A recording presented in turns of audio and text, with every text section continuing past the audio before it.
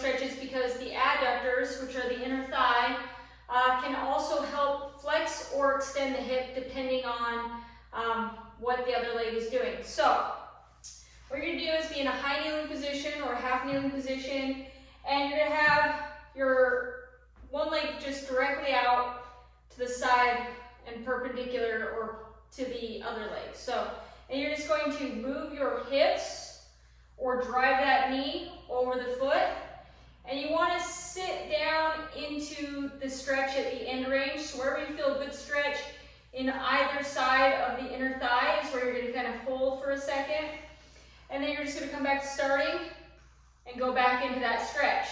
Then what you're going to do is you're going to kind of move the foot back, and now you're stretching a little bit more of the front area of the adductors. And you're again just going to stay in that deep stretch, hold for a second, and then come back up. And then what you're going to do is bring the foot slightly out front, so at a diagonal, and do the same thing. And you're again going to stretch into that hip, hold, and then come back to starting position.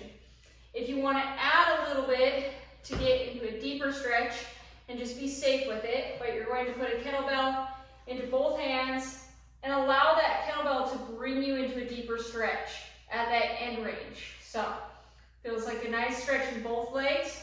And again, depends on where you're tight is where you're going to feel it. So it's not a specific area for everyone.